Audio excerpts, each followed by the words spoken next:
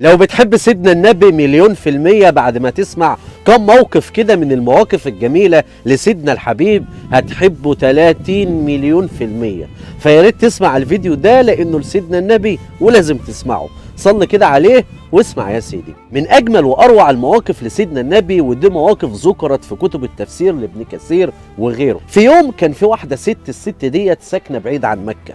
الست دي كانت بتكره الرسول جدا، ما كانتش حتى تحب تسمع اسمه، فداك أبي وأمي يا رسول الله. المهم الست ديت راحت في يوم مكة عشان تشتري بعض الحاجات، اشترت حاجات كتير والحمولة زادت عليها، ودي ست كبيرة في السن. المهم وقفت بالحاجة وسألت عدد كبير من العبيد ان هم يساعدوها مقابل المال، ما فيش حد رضى ابدا. المهم عدى عليها سيدنا الحبيب صلى الله عليه وسلم فقال لها تحب اساعدك في حاجة؟ قالت له والله كتر خيرك، انا ست كبيرة في السن والحاجات ديت كترت عليا، تعالى ساعدني وبص ماليش بركة الا انت. وفعلا شال سيدنا النبي الحاجة بتاع الست كلها ومشي مسافة كبيرة من غير ما يكل ولا يميل صلى الله عليه وسلم ولا حتى يريح في الطريق، وفضل ماشي المسافة كلها لحد ما وصل الست لحد بيتها. المهم الست قالت له انا عايزه اكافئك واديك حاجه ثمينه، حاجه قيمه، بس انا ما معيش، بس انا هقول لك على نصيحه ثمينه جدا جدا وقيمه جدا جدا.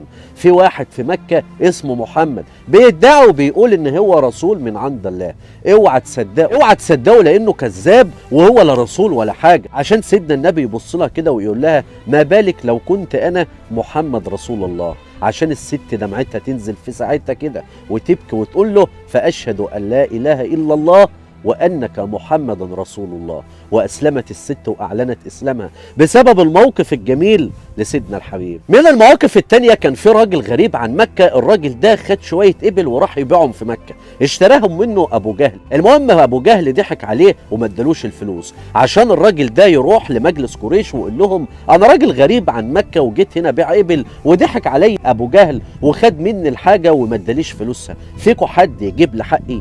المهم مين اللي قاعد في الناحية التانية من المسجد؟ سيدنا الحبيب صلى الله عليه وسلم. فالمجلس بتاع قريش حبوا يستهزئوا بسيدنا الحبيب عشان هم عارفين العداوة اللي بين سيدنا النبي وبين أبو جهل، فشاوروا للراجل وقالوا له عارف الراجل اللي قاعد هناك ده، الراجل ده خده هو هيجيب لك حقك. هم عايزين بقى يضحكوا وينبسطوا ويشوفوا الرسول لما يروح لأبو جهل أبو جهل هيعمل فيه إيه. وفعلا الراجل راح لسيدنا النبي وهو قاعد وقال له يا عبد الله ضحك عليا وخد حقي أبو جهل ومش راضي يدي لي حق الإبل بتاعتي، والناس اللي هناك دول قالوا لي ان انت هتجيب لي حقي من ابو جهل، تقدر تجيب لي حقي يرحمك الله؟ فسيدنا النبي خده وانطلق على بيت ابو جهل وقال له ان شاء الله هجيب لك حقك.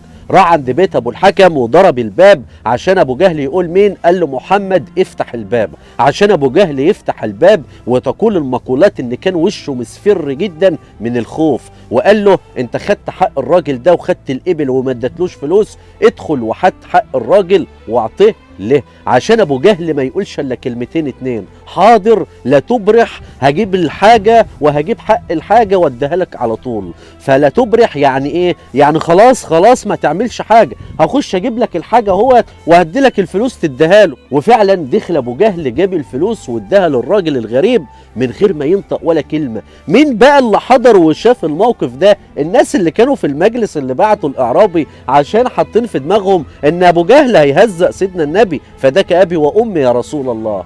المهم بعد ما الموقف خلص ابو جهل رايح المجلس قالوا له ويحك انت عملت ايه؟ قال لهم ويحكم لو كنت شفتوا اللي انا شفته ما كنت عملت اكتر من اللي انا عملته. انا شفت ابل فحل كبير بانياب ضخمه عمري في حياتي ما شفته واقف على راس محمد، ولو كنت اعترضت او قلت لا كان التهمني صلى الله عليه وسلم. الموقف الثالث والجميل عن جبر الخاطر لسيدنا الحبيب، كان في طفل اسمه عمير ده كان عنده عصفور كان بيقعد دايما يلعب معاه. سيدنا النبي هو رايح هو جاي يقول له يا عمير ماذا فعل النغير؟ يعني عصفورك عامل ايه؟ يقول له كويس يا رسول الله. وفي يوم عدى سيدنا النبي على الطفل لقاه حزين، فبيقول له يا عمير ماذا فعل النغير؟ قال له مات يا رسول الله. تخيلوا سيدنا الحبيب صلى الله عليه وسلم يعمل ايه؟